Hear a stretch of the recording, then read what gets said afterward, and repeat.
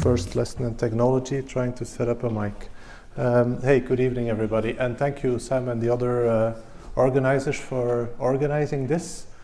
Finally a Ghent chapter of the data science community, and there's a lot of data science going on in Ghent.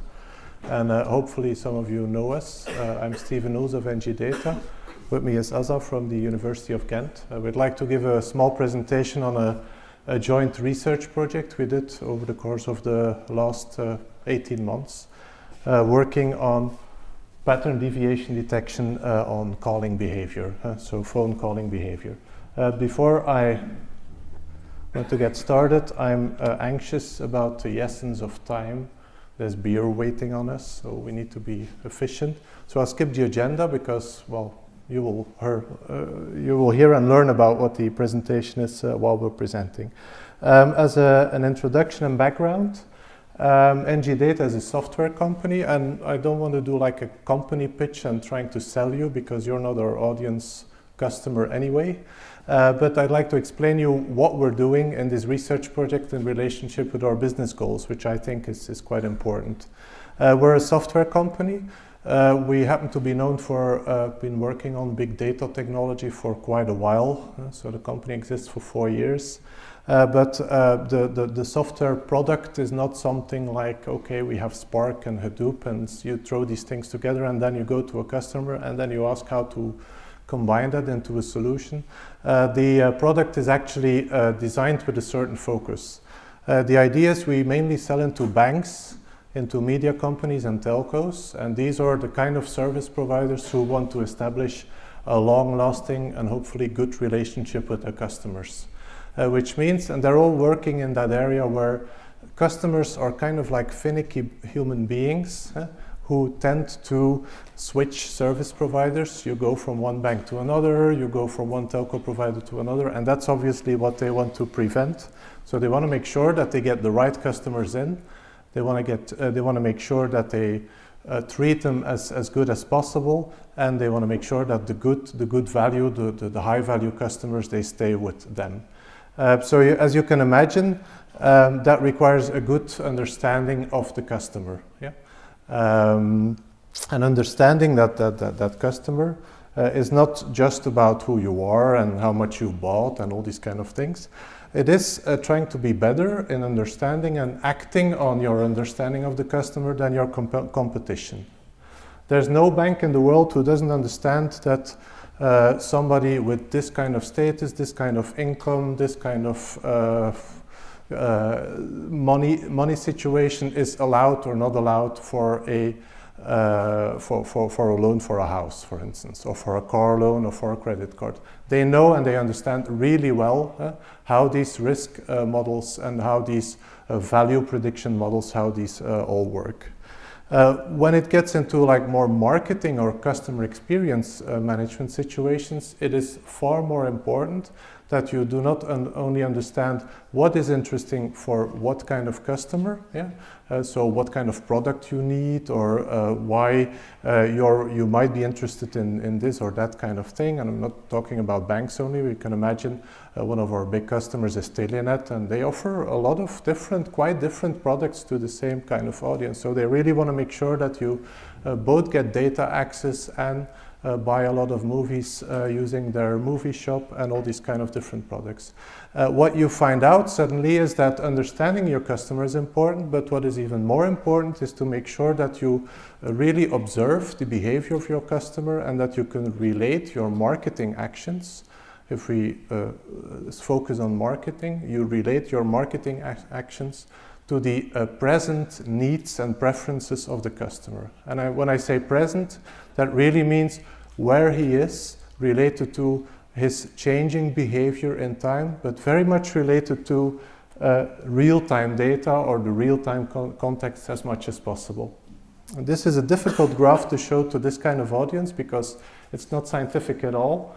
The scales don't match, and actually there's no y-axis, so I could be showing anything, but you can understand that a lot of the big data people, they've been trying to collect a lot of data from the past in order to well, predict the future?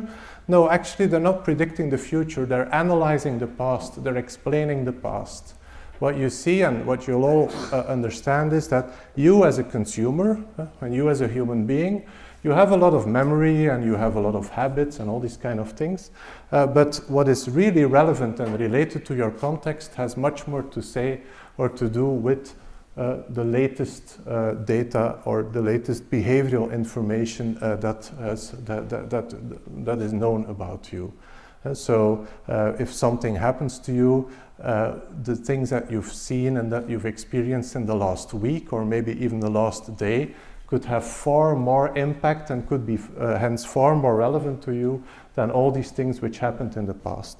So if you build a big data system, you want to make sure that you learn a lot about the past, but also you're able to process the data about the present as fast as possible. Why that? Because it gets so much more interesting. And the other thing that is important, you as a data scientist or your colleague as a marketing person, you spend 70–80% of your time preparing data, not doing any science, not doing any campaigning, which is a problem. It's a waste of money. You're all working and very happy with well, moving your data, preparing it for analysis, preparing it to build a model on top of it. So that's why we as a software company, we go to customer, we say we're going to replace the stupid work of your data scientist and your marketing people with software. And that software is going to deliver you a profile, a picture of your customers, of every individual customer with a lot of different metrics, we call them, and you would call them variables.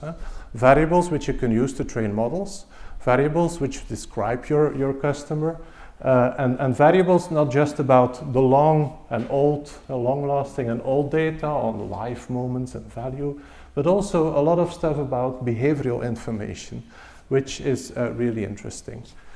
To, for instance, make a selection for if you want to run a marketing campaign, or if you have a new product and you're thinking, oh, this kind of product, what could it be interesting for? What kind of customer could it be interesting? Then you want to have access to a profile of your customers which is as precise as possible. And that's what our software does. We collect all the customer-related data in the company, and we build these kind of profiles out of them, and we serve up these profiles to the data scientists so that they can build better models, and to the marketing people so that they can make use of that, and not by defining and deciding themselves, this person needs to be interested in that because it's this moment in this campaign of the season which is running and I only have that product to recommend. No, it's the customer who is going to decide, I'm in this situation, I'm in this context, and you as a marketing person, you should be smart enough to present me with an offer that is really related to that context. So having these metrics at our disposal is interesting, but just like if you have a yearly or a monthly analysis of somebody's his customer lifetime value, how much value does this person represent to the company over his complete lifetime? If you calculate that on a monthly or a quarterly basis, and actually there's a lot of banks who only do it on a quarterly basis, then the value is a value. And just looking at the value is going to make it possible to compare people, but that's it. If you look at the value, but also look at how the value changes over time, how the value relates to the rest of the population, if you compare one customer with the rest of the population or a group of people that he belongs to, then that value becomes much more interesting. And that's where we started thinking, okay, if a value, the change of value is actually far more interesting than the value itself, let's try to find some metrics about the metrics. And the first ones that we thought of were simple things like trend and acceleration. What is the trend of, for instance, everybody understands the churn score. If that churn score is going up, that's a bad sign. But if it's just a change from 25 to 30, then that might be not too bad. If it goes up from 25 to 45 in just a day, then that's a bad sign. That's a really bad sign. So that's where trend and acceleration become really important. And then we had an ID. And then usually when we have an ID, we lack the brains of producing that idea into reality, and that's where we pulled the people from the university. But well, it's not usually the case. It sometimes is the case. Sometimes we're smart enough to do things ourselves. But in this case, we thought, well, let's try to not look just at the value, but look at how values typically change, how metrics about customer behavior, they usually change and evolve in patterns. Yeah? As you can imagine, thinking about phone conversations, yeah? There's a lot of people. There's people who do make a lot of calls during the week between 9 and 5. These could be business people, and then there's a lot of people who don't call a lot in the week, but every Saturday evening they have an hour-long conversation with their mother. Yeah? So these are very different profiles, and you would be marketing very different products to these people. Yeah? And seeing that pattern and how people fit into patterns, but also observing change of pattern is what we were after in this project. So what we did is we had from one of our customers access to a real-life data set, which was large. Was 1 billion almost 1 billion phone interactions. Yeah, many gigabytes of data. It was really a larger data set. 3 months of calling data. We pulled that into our system, so we had metrics out of that. Then we prepared a data frame, which is one of our features of our product. So it's a frame that you can easily load into an analytical environment to train a model. And then, well, we decided on technology together with the University of Ghent. And then we said, okay, let's go out to build a model which is able at the per customer level, so not on a segmented way, but really for every individual customer. Let's try to build a model for per customer which is able to predict this pattern so that we can detect deviations from that pattern. And then, hopefully, if we're able to do that, we can implement that as a standard feature of our product. And here comes, let's say, the scientific side of the story, how we had a few iterations of modeling approaches. Maybe before I'll pass the word on to Asa. Before the modeling exercise, we also worked with the people from the university in selecting that modeling environment. Yeah? So you can build models with a sample of data in R if you can limit yourself to a single workstation. You can build models with SAS or SPSS, or in this case we really said we wanted to have something which is collaborative, so people can work together on building a model, which is also interesting for our own data scientists so that they can compare notes and share the work with each other.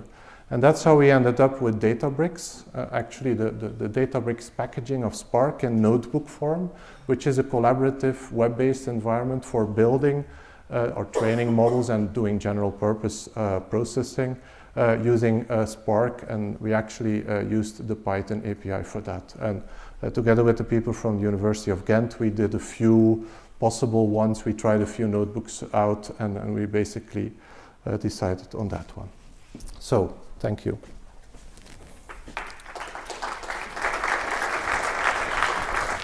Okay. Well, good evening, everybody. I will continue from the scientific point of view or from the academic point of view. From the academic point of view, the data science lab of the Ghent University was involved in this project, which is called PLACEBO, which stands for Platform for Consumer Behavior Prediction. And the aim of this project was to design a system that can predict the customer's behavior.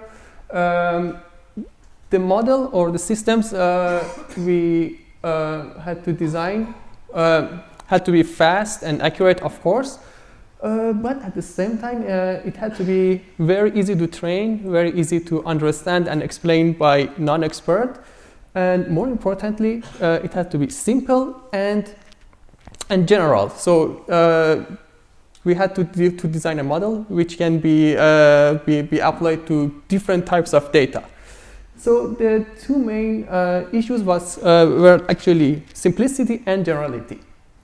As the data set, as Steven suggested, we opted for telecom CDR data, which is a collection of communication for like 720,000 customers in the period of 92 days from March to May 2011. And as the framework, so we got the data from Lily Enterprise, which is the product of NGData, which collects the data.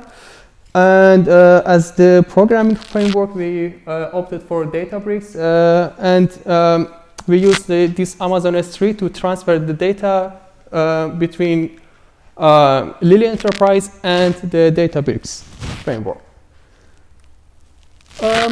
This is an example of the data set that we had for the customer. So it's one of the customers, and that's actually the number of calls per day. So you have Monday, Tuesday, Wednesday, and so on, and that's the number of calls. We could use this kind of data, this framework and this data frame like daily. We could also use like weekly behavior. That means the average number of calls per weekday, Monday, Tuesday, like that. So you get the average number of calls per Monday, per Tuesday, Wednesday, and so on and so forth. And the red plot will be like the behavior of this, the average behavior of this customer in different weekdays. I just scaled it up just to have less confusion with the red plot. Each customer has like a special pattern of call, and also different number of calls.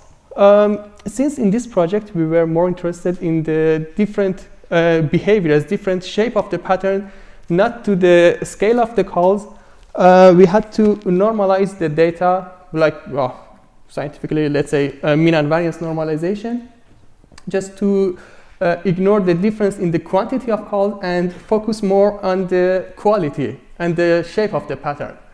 So what you see at the right side is actually the normalized version of the red plot. And for instance, this customer makes a lot of calls on Monday and Friday, and less calls on Saturday and Sunday. Again, since simplicity was one of the points, we went for one of the simplest approaches to predict the customer's behavior, actually linear regression, on the daily basis, the daily behavior. So this is the behavior of one of the customers in the first 63 days. And we wanted to predict how he or she will behave in the remaining 20-something days, like 3 weeks. By applying the linear regression, that was the prediction. So as most of you or all of you know, linear regression is just a simple approach to which can learn like simple periodic patterns. So what it learns is actually a simple weekly pattern, and it repeats it every day, every week. Luckily, since this customer has actually a weekly periodic pattern, the prediction fits very well to the reality, which is shown by the dashed green line. But if the customer doesn't have a nice periodic pattern, linear regression can't do like a good job. So here you see the difference between the prediction and the reality. So in general, linear regression is very easy to implement because there are a lot of predefined libraries in different programming languages. And by having this kind of prediction, it is easy to detect the deviation by just calculating the difference between the prediction and the real behavior. And if the distance exceeds a threshold, you can just raise up an alarm and say, okay, deviation happened. Another problem with linear regression was that it cannot describe the soul of this change. Okay, what was before and what is the new behavior? It could just say, okay, this behavior is normal or not. So since we needed like more information, we went for like another simple approach, which is clustering using k-means. In this approach, so the user defines the number of clusters, and then the customers are split into these clusters, and each cluster is indicated by a centroid. In this approach, we went for the weekly behavior of the customer, so the average number of calls per weekday.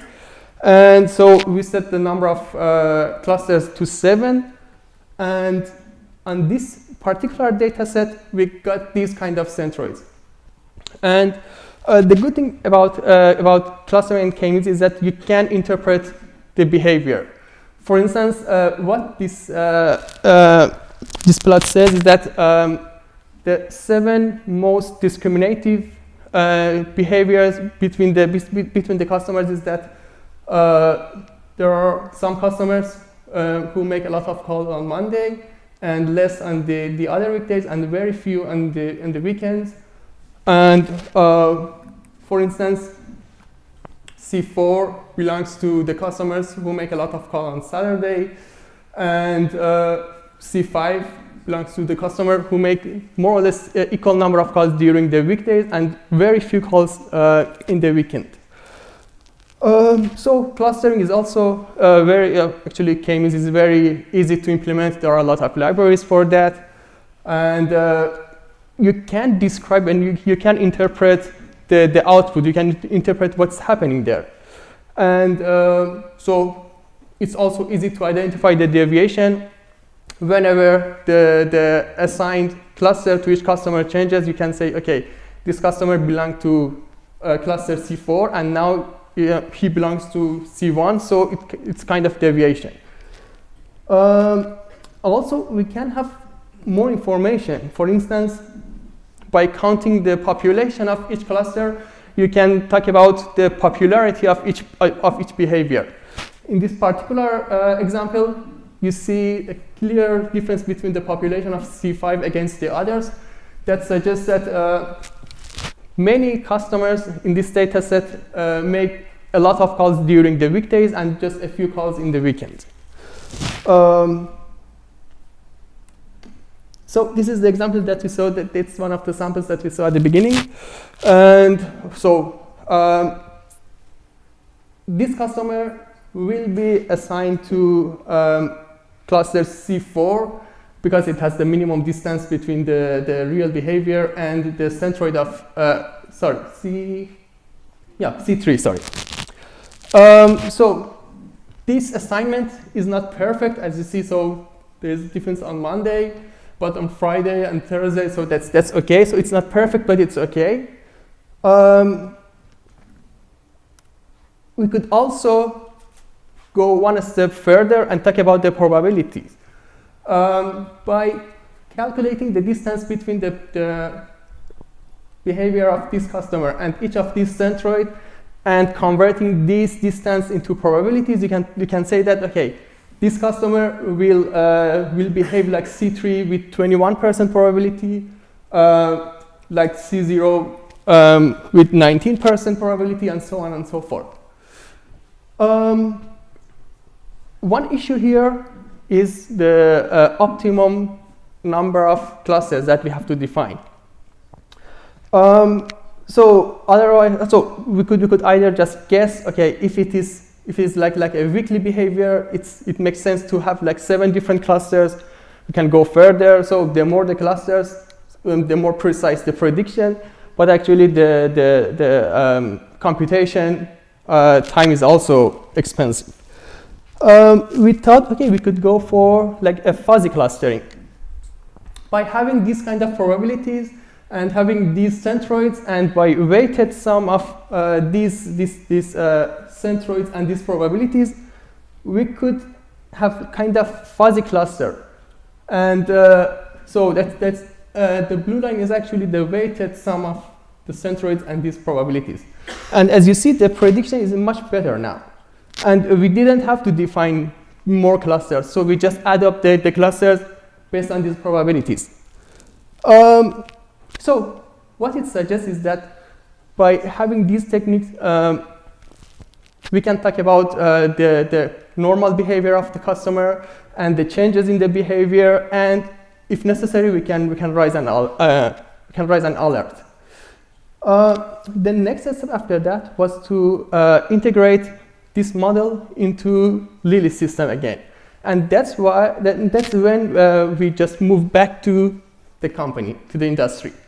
And now I think Sven will explain how we did that. Okay, conclusion. So there's still a little bit of work left for us, thankfully. Well, actually, this was just an example about calling behavior. We have about 1,000 default metrics in our system, and our customers can install their own metrics. So you just have to imagine these metrics are all being recalculated, updated with individual customer level interactions all the time. And the idea is that this becomes available as a standard feature on top of every metric, or at least a selection of them. So we still have a number of interesting engineering challenges ahead of us, and that's what we're focusing on at the moment, is the integration of Spark in our product and the integration of this clustering algorithm, because in terms of computational complexity and value that it contributes to the business user, it is kind of interesting. It gives them an idea about their data and the pattern of their customers in a very natural and very easy to understand way. And as I mentioned it a few times, we were very strict on the fact that we wanted to be able to come up with something which was not like a black box algorithm. Yes, there is possible methods which make this even better in terms of prediction power and all that, but which are far more difficult to explain to a business user. We wanted to have something which could be explained to the customer. So we see two types of activities still ahead of us. First of all, building this experiment, which was now using S3 as a data transfer zone as part of our product. Also supporting other optimization features, so that if you configure a new signal in Lily or a new metric in Lily, it immediately, based on the available data, will tell you this is worth the while of doing a pattern prediction run on top of. And then setting up the remaining of the system. And the other thing which surprisingly at the end of the project became more of a debate and something that we are going to talk to about our customers, to our customers too, is how to make use of these new metrics. You can imagine you can have a flag there. Okay, this person changes from being a weekend mom caller into a busy business person. What are you going to do with that? How are you going to make use of that from a business sense? We don't have the solution yet. We think it's an interesting meta metric, we call them, to set up in our tool, and we'll be very happy to work with our customers to find out marketing strategies or customer experience management strategies making use of that. So as a summary, we were able, thanks to data, but more importantly, thanks to a clearly defined use case, at least in our head, to come up with, we feel, a nice experiment. We had a very pleasant collaboration with the people from Ghent. And at the end of the story, we will be able to prepare and encapsulate this as a new product feature in one of our upcoming releases. Thanks a lot for your patience. I think we're the second to last one holding you away from the break. I don't know if we still have some time for questions, or yeah, if there's any questions about to me or Asa. You explained two ways of modeling of linear regression and clustering. Did you evaluate other possibilities, or is this the two mains you stick to? Simplicity was actually one of the main points here, and it was like it was not a long-term project. It was like 18-month project, so we had to go for the simplest and the most effective approaches. Of course, and the point is, there are like more complex approaches like neural network, like deep learning, and since it is supposed to be general, we have to take care of the number of data points. For instance, here we have like 7 days. With 7 days, you cannot train like a neural network. So we had to take care of these kind of limitations. But of course, if the data is big enough and the data points are long enough, we can use more complex models. Another question? What about holidays and more advanced seasonality? Well, that actually is, I think, resolved by the way we set up these metrics. So you can set up metrics and they can be updated on an hourly, weekly, daily, whatever basis. So actually that's going to be hidden in you will have separate signals or metrics for daily behavior, for weekly behavior. So you will have separate pattern detections on these different types of metrics. And so depending on what kind of metric you're looking at, you might see a pattern or not. If you're, the bigger ones are going to have that. So if you stretch the resolution, we call it, and make that work for longer periods of time, we see just on depending on the number of clusters that you train and all that, it should be possible to observe them as well.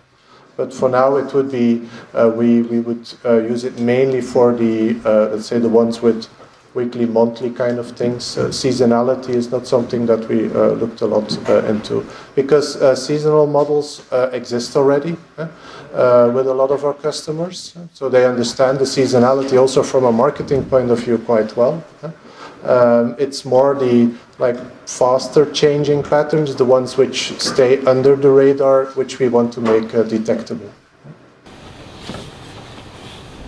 Do you have any networking data, like people who were calling to certain numbers and then that number changed from provider and then the other one?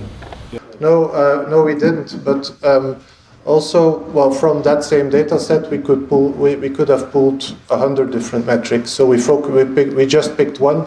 The idea was, and the challenge was, to make it a generic analysis. So we did not have any CRM data from the telco. Do you always work with the same team of academics, or do you look for them depending on the problem at hand? We're a serial monogamy.